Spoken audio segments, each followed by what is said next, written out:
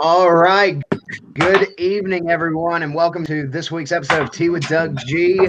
If you do not know me, my name is Doug Gooden, and as you can see, I do not just have one guest this week, but if my math is correct, I believe I have 7. Is that right? Can I count? Ooh, yes. 3, 6, 7. Sweet. I have 7 guests this week. And the reason I have 7 guests this week is because this is the entire cast and crew of MP Theater Group's production of Mark Haddon's Polar Bears. Very excited to have everyone on the show tonight. And without further ado, I'm going to let them introduce themselves, say who they are, what they are doing in the show, what the role has been. And tell you what, we'll actually start from the bottom and go up. So for me, that looks like we're going to start with Jessica, whose name I didn't just say. But why don't you introduce yourself for us? And we cannot hear you, Jessica.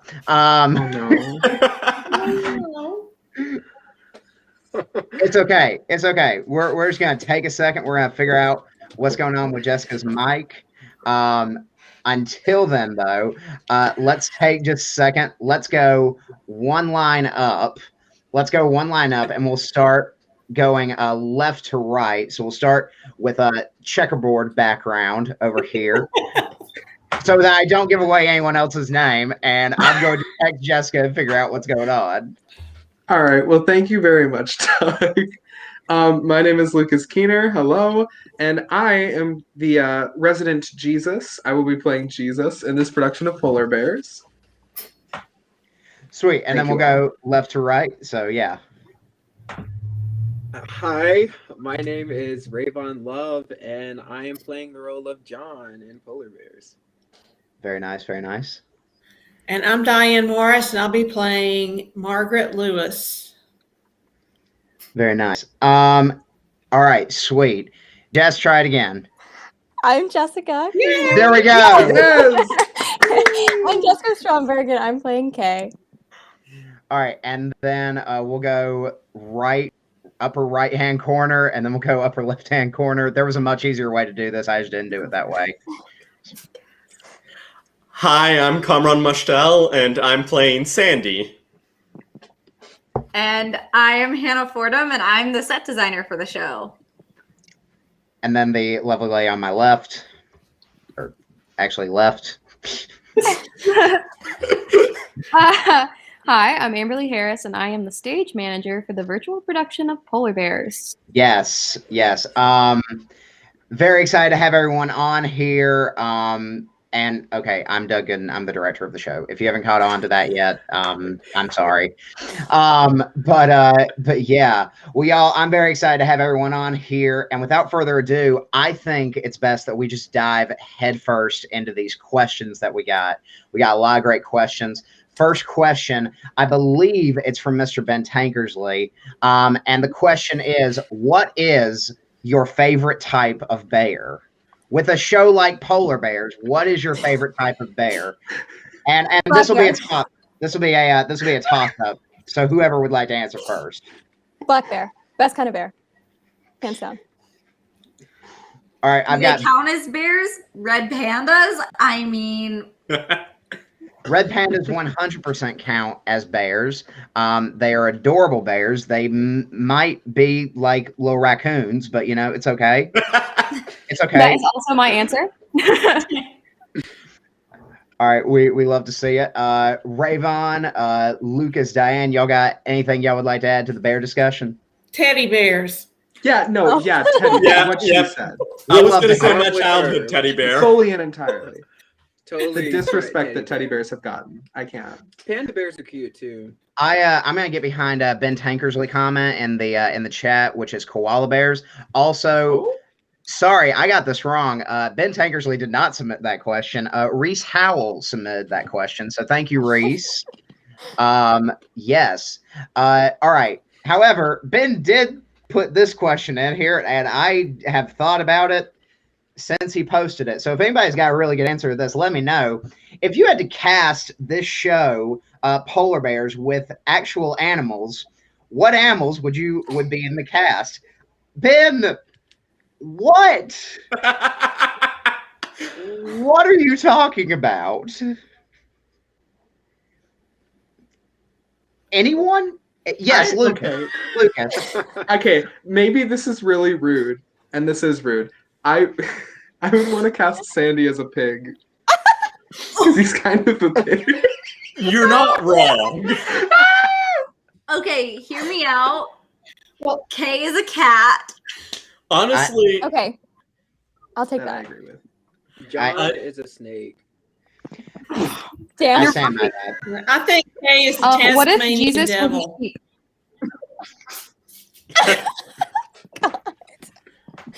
I feel like getting any character to do anything that they don't want to do is impossible. So I'm going to say we're all just a bunch of cats. Like, just let loose 6 cats onto a stage and you've got the show. You've heard it. Like that, it's copyrighted. You heard it here first, folks. Mark Haddon's Polar Bears is really the stage adaptation of Andrew Lloyd Webber's Cats. That's what it actually is. Well, Ben, thank you for quite an interesting question. However, I will say that that we have a lot of questions revolving around this show, Polar Bears, and we for the people who are watching this who may not have read Polar Bears or anything like that, we actually got a question in from Carson Cuck. What's up, Carson? And Carson said this might be a dumb question. There are no dumb questions on this show. Trust me, I know. But what is Polar Bears about? Amberley, why don't you take a second, take us through what Polar Bears is about? Well, what is life all about? Polar Bears Avoiding questions, apparently. Polar Bears revolves, in my opinion, around the story of Kay. Kay experiences bipolar disorder. And so it talks about her experience with that, but mostly it talks about the people in her life and how they affect her in every single way. Including the way that she sees her bipolar disorder. There are lots of things that happen in this play. There is a homicide that happens in this play. There is a suicide that happens in this play. There are book awards, famous book award. It just takes you through the life of Kay and how Kay got to be who she is today and the people that made her who she is. And that is what I will say so that I don't spoil anything. I think that's a very, very fair question, or very fair point. Way to sum up the show, Carson. Thank you for that question. Like I said, there are no dumb questions on Tea with Doug G. Trust me, I would know. However, that does lead me into this next question, which is, we've done this whole production. We opened this weekend, and I'm curious as to how this show has fared against your expectations for it. I believe that Ben also asked that question. Ben and Reese asked a lot of questions this week, so I have to bounce back and forth from them.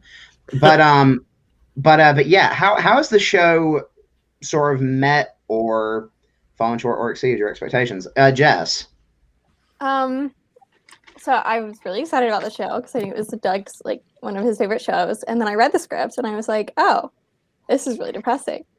But I think the most surprising way that this show, I don't know, has been for me is just discovering that even though it is kind of depressing, there's a lot of hope in it too, and a lot of really sweet moments as well. So I think that is a definite switch from what I expected.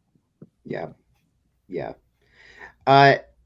Anyone else on this? Yeah, Rayvon.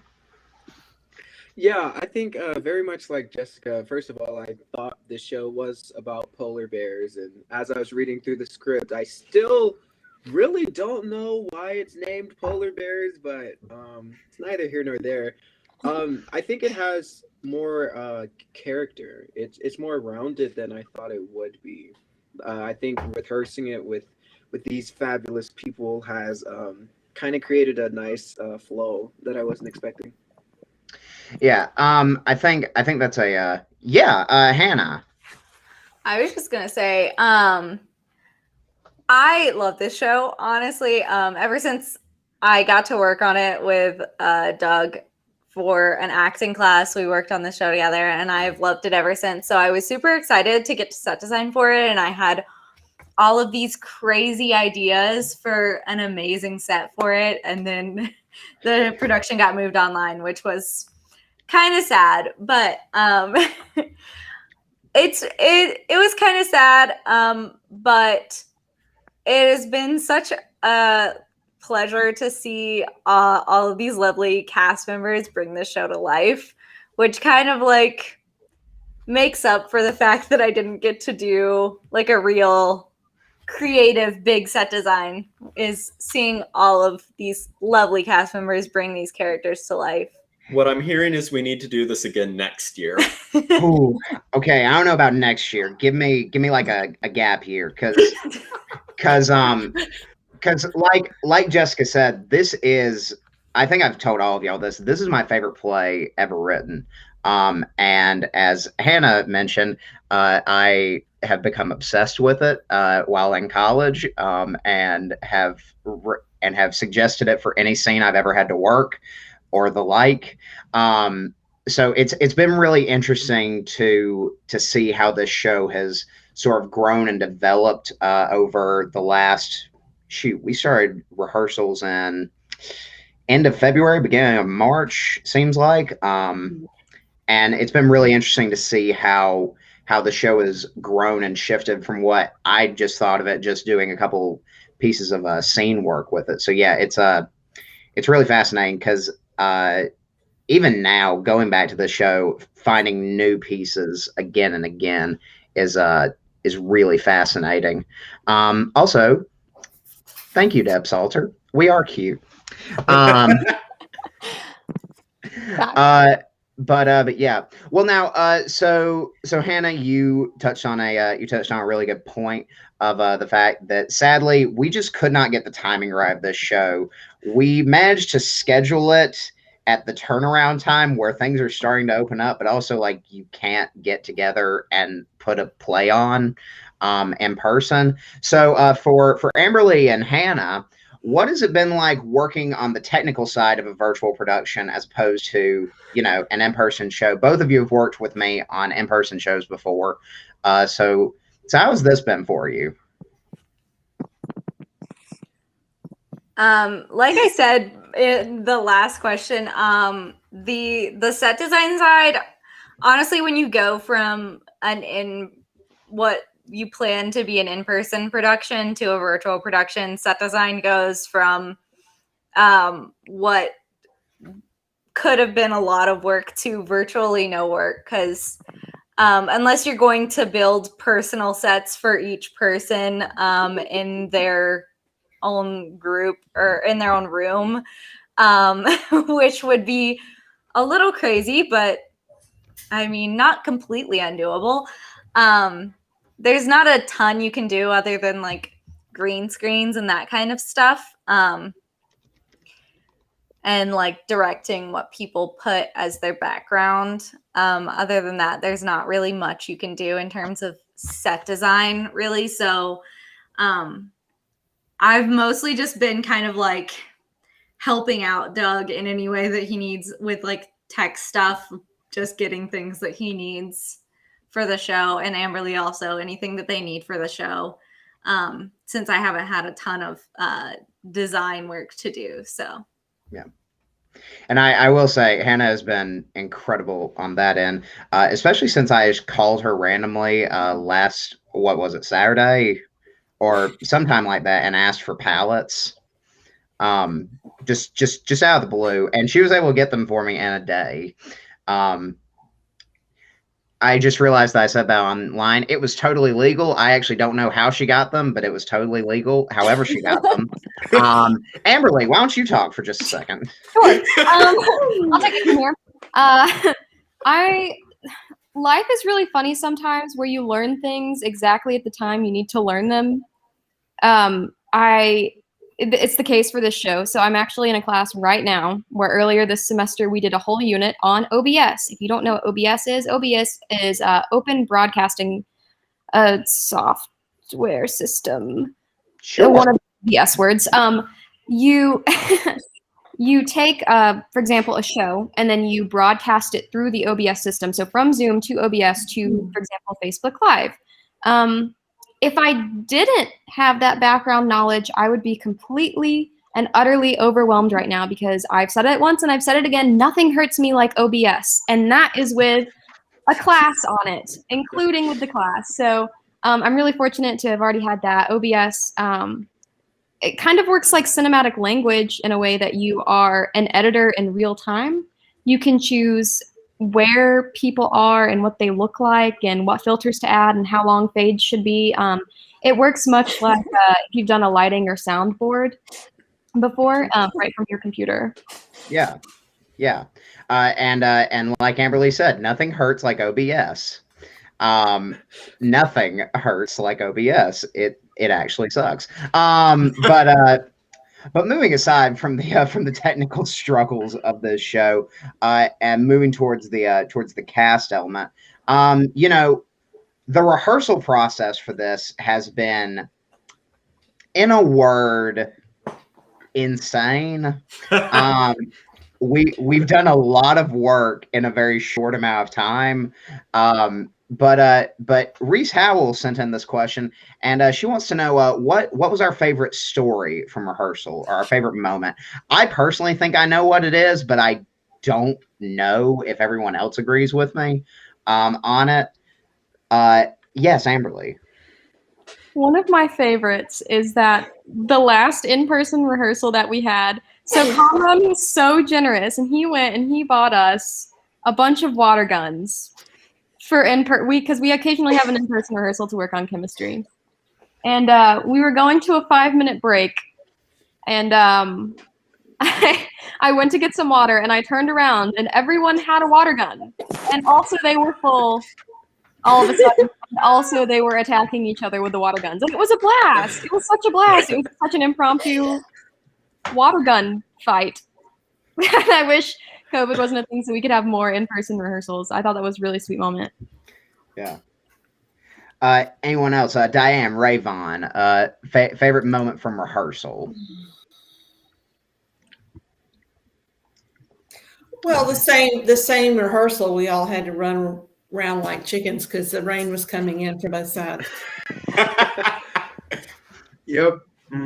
Yeah, had to escape. To put that into context, we've had rehearsals in a parking garage, and honestly, I just think having that public rehearsal with music and cars driving by, loud noises, and rain coming in from the side of the parking garage, that was an experience. And then towards the end of the rehearsal, all of our not music, oh my god. The water got on all our stuffs, and my script was read for like a couple of days. So I think just the chaotic energy of that, yeah. Probably really fun. And kind of going off of that, because I think the first week of rehearsal, Jess, Rayvon, and we just met at the Botanical Gardens for rehearsal, and as people will learn as they see the show, Rayvon and Jess have these very long, sweeping, very emotional monologues that they both have to give.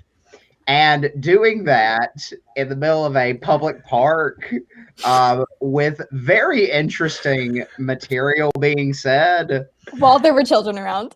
I mean, it wasn't just the children. It was every single person that walked by. It was just like, this is our job right now. This is what we're doing. So that certainly was. We're not weird. We're just actors. There was a group. There was a quinceanera that day, and they were there taking pictures. And then they like got up, and started dancing, and we were like, "That was actually awesome. That was actually awesome." You know, I forgot that even was a part of rehearsal. It's been like so long ago. Yeah, the chaotic energy of these rehearsals has been, I think it's just added to the overall feel of the show. I will say that I'm kind of disappointed that what I thought would be the favorite moment from the show was not mentioned. Not the favorite moment from the show, favorite moment from rehearsal, which is the fact that this show has actually undergone 2 separate coups. For those of you who don't know, like I said, I am directing the show. However, that has not stopped my cast and crew from attempting to usurp me. It was certainly an interesting time. Never thought it would happen in my career, but it did. Anyone care to comment on the coups? And I'd do it again. Well, to be fair, the one really fun rehearsal that we all had was one when you weren't there, and it was in fact the week of the coup. So yes. Well, I'm happy to know that usurping me was as much fun as I thought it was. All right, so kind of bouncing off of that, going into another question from Reese Howell. Reese, thank you for the questions. We love a good quality question. What is your favorite moment of this show? And anyone can answer it. However, I will call out Lucas. I would love to hear what Lucas's favorite moment in this show is. Okay. So I have one favorite moment that I do, and okay. I can't say it on the show. But other than that, I think my favorite moment is just sitting down with one character and just describing a decaying body and being like,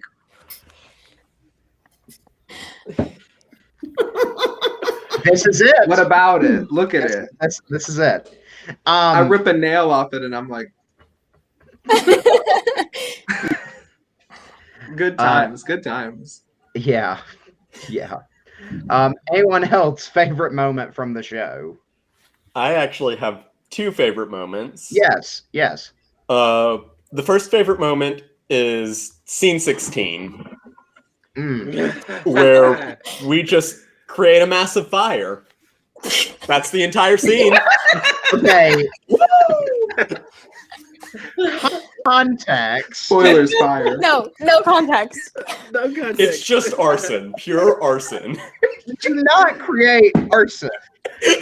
We do not commit arson in this production of Polar Bears. There is fire.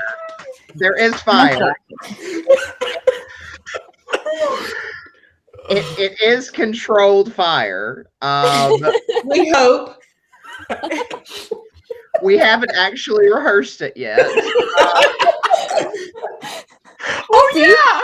No, whatever happens.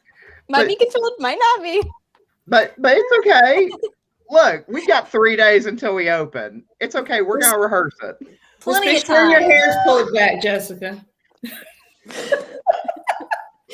And so my second favorite moment is the moment where my character just gets decked in the face. That's a fair point. That's coming from a fight background, that scene just makes my heart happy. Plus, he 100% deserves it.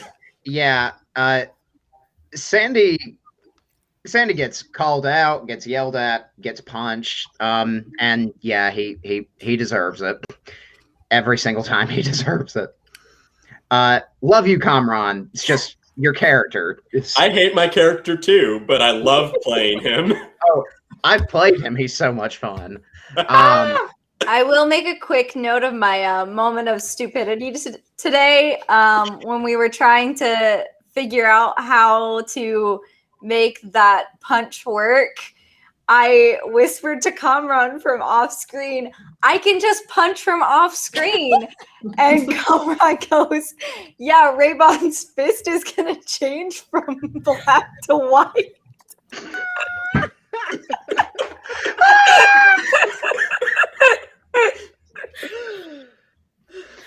Well, when you get white knuckled, Not that. And that's my moment of stupidity for the day. Woo! Okay, so moving on.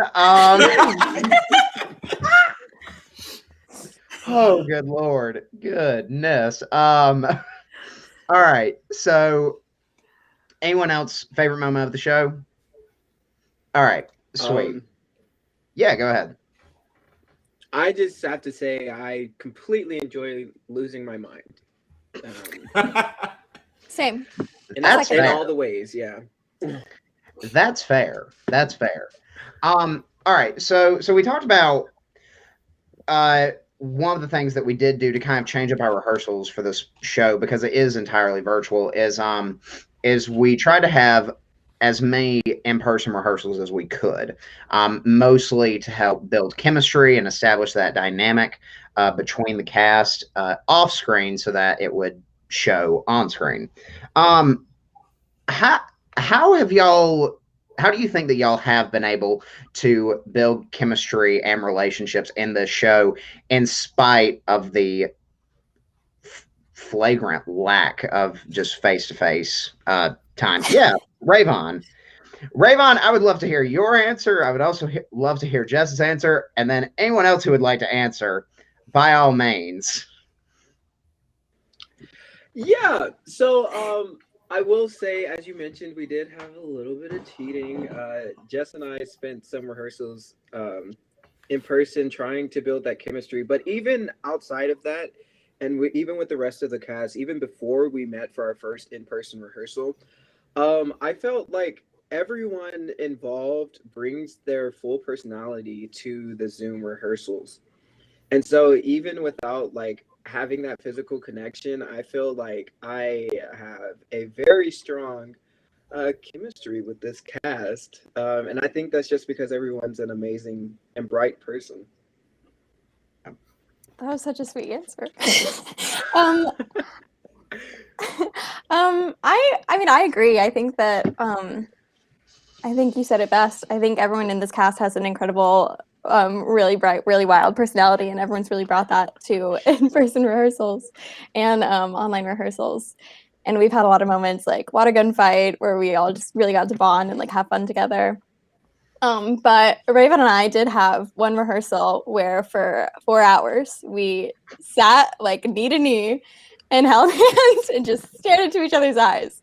Okay. I really think. Okay. It wasn't that weird.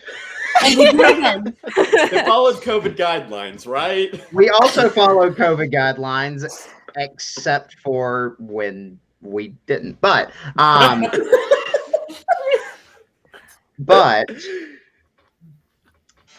it was really fun. It was a little bit awkward, but it was really fun, and I think that got did to be. Okay, maybe we're not. Maybe we don't have that much chemistry. If you're just gonna interrupt me, but go ahead. I was just gonna say we got to be back to back. Yeah, we did do that. That was a special moment for me. Yeah, Doug also made us dance together. It was really fun. It was a fun rehearsal. Yeah, we tried to have fun. He shouted our lines at us. We tried to remember them. It was really good. So fun. Anyone else have anything to say on that end? We've been spending a lot of our breaks in the Zoom rehearsals, just chilling out, talking, pretty much doing what we're doing right now, but without an audience. Mm-hmm. And I think that really also led to a good deal of bonding. Mm-hmm. Yeah. We've all met each other's pets at this point. That is true. Yeah. And it really has been interesting seeing how y'all have grown as a cast, in spite of the fact that, you know, we only get together in person once a week. But yeah. All right. So big question that I'm always curious about after I'm nearing the end of a show or after I finish the show. And I would love to hear from everyone. Would you do this show again if you were given the opportunity? I would do it in person Okay. in a heartbeat. Yeah. Yeah. Oh yeah.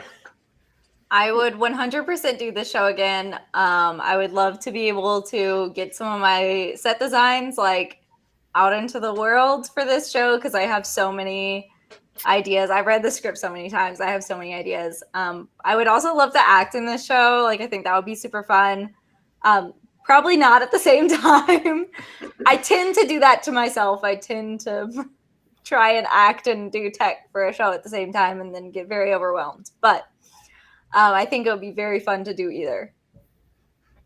Yeah. I would absolutely do it again, give it the chance. I think that I really caught the bug for this show, as you do apparently. But I mean, I really love Kay. I think she's an incredible character, and I mean, given the chance, I would absolutely play her again. I'd do it again and again. Sorry, go ahead. I cut somebody off. I feel like the most depressing shows are somehow the most fun to do. And I would love to do this again. Rayvon? I'm very scared to say this, feeling the energy in the room. I think had this show been in person, maybe I would feel different. I would do this again just to get the opportunity to, do the show in person, but I think I could let it pass just because there are so many elements to this show.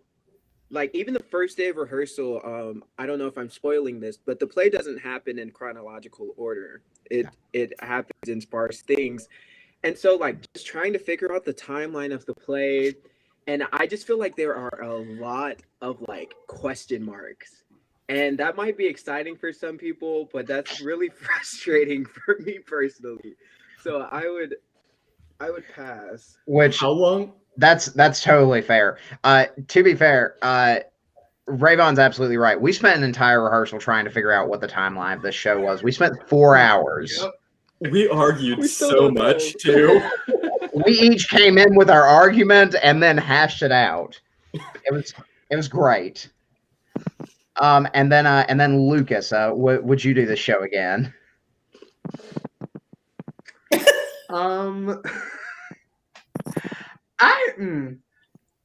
Okay.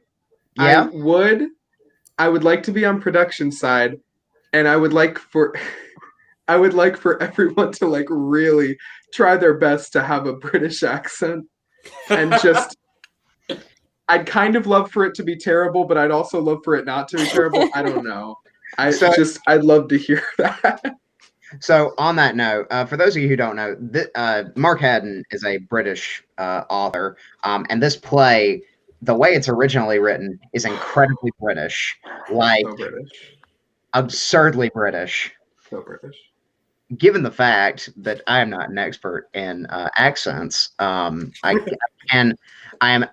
am both relieved and sad to say that if you watch the show this weekend, you will not hear British accents. Because this was a short production period, I wasn't dealing with that. But yeah, it's very interesting. Get some accent coaches in here. Yeah. Yeah, absolutely. Okay. So there is one question, and this is kind of out of the blue. I don't have a segue for this. I should have asked this earlier, but I didn't. But I got this question from Macy Norton. I believe I just said Macy Norton. All right, Macy Norton asked this question. I can't help but not answer it. And she wanted to know, so what's up with the character of Jesus? Is Jesus actually in the show, or is it not? We're just going to throw this question on screen. I can answer it, but if anyone wants to take a shot at it, by all means. Well, as the resident Jesus, I think I should take a shot at this first. All right, so there's this thing with the particular form of bipolar that Kay has called Jesus moments. And that's kind of what we believe that this character is based off of. As for whether or not it's actually Jesus, truthfully, couldn't tell you. I've read these lines over and over again, and I'm like, maybe I could see Jesus saying that. And then some days I'm like, maybe, I don't know about that. Yeah. I don't know. Really, it just depends on your interpretation of Jesus at this point. Like, Yeah. couldn't tell you. Yeah, I mean, and Lucas is right. Basically, the character of Kay, through doing research on her specific type of bipolar disorder, we came to the conclusion that Jesus is basically a moment where she thinks she has clarity. She doesn't, but she believes she has clarity, and she believes that's like God coming and talking to her and telling her what to do. So, yeah. And on that note, I do have a segue from that. So as we've discussed, this is a very dense show with a lot of layers. A lot of things are happening in this show. What would be your advice to anyone who is unsure of whether or not they want to see this show?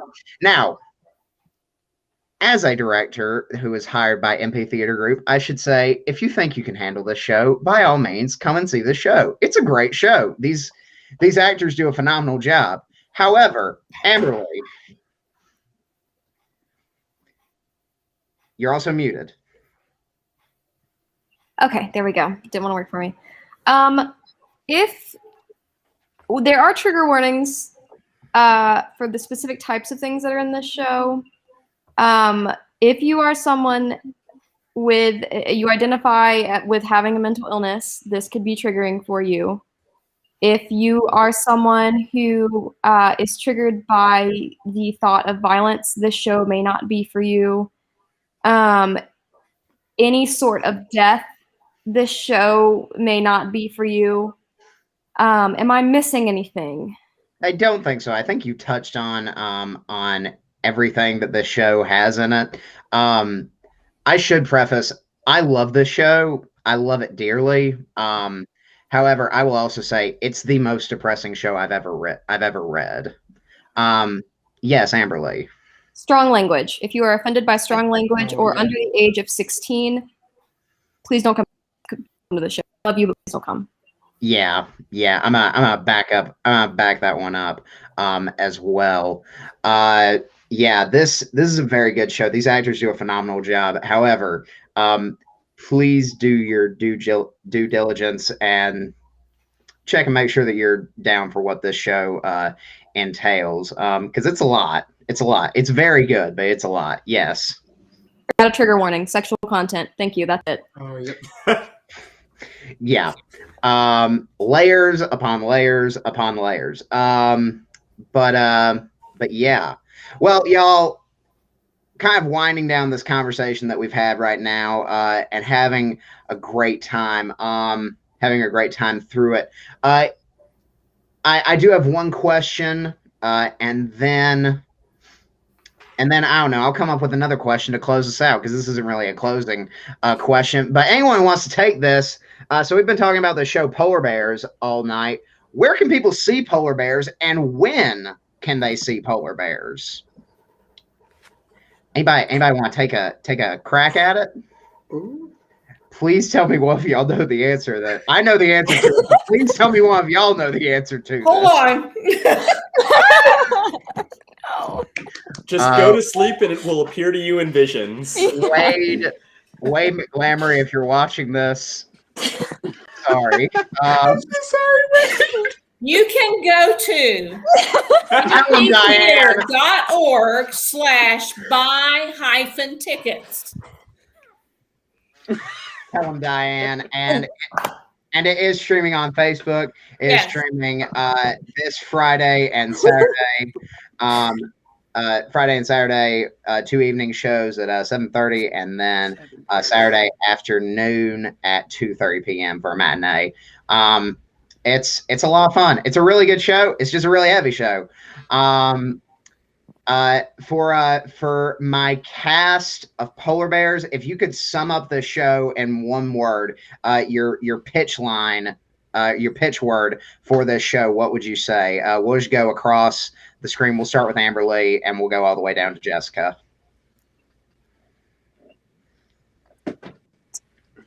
Oh boy. I'm gonna go with 2 words and actively go against what you said. Touching or empowering, depending on how you look at it. Accurate. Kamron. Chaotic. Love that. Anna. I'm gonna steal a word that was used before and say layers. Love to hear it.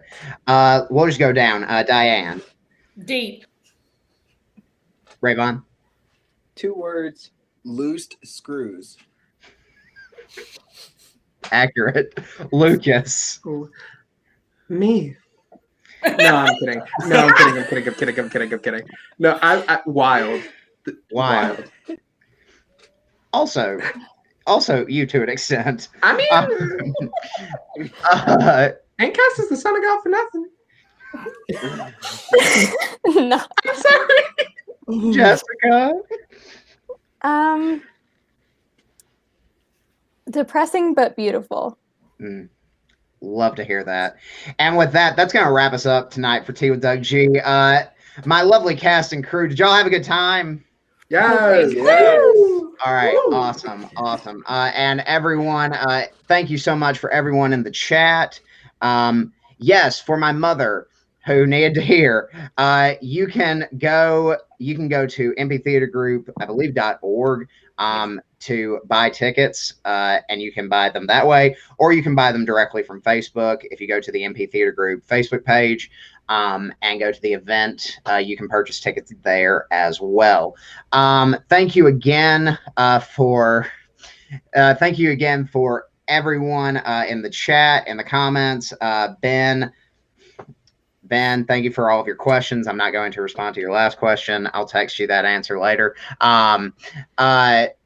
Thank you, everyone. Thank you to Ben, Reese, everyone else. I'm forgetting people who sent in questions. Yeah, be sure to keep up with MB Theater Group. They got a lot of good things going on. Be sure to keep up with Vire Media. We have new episodes of Setting the Skein every single week. And we have new episodes of Tea with Doug G every Monday. With all of that said, and until next time, I'm Doug Gooden. Oh, this is going to be a lot. She's Amberley Harris. He's Kamron Moshtael. She's Hannah Fordham. He's Lucas Keener. He's Rayvon Love. She's Diane Morris. She's Jessica Stromberg. This is the cast of Polar Bears. And this has been the tea. Woo! Y'all have a fantastic week. And come see Polar Bears.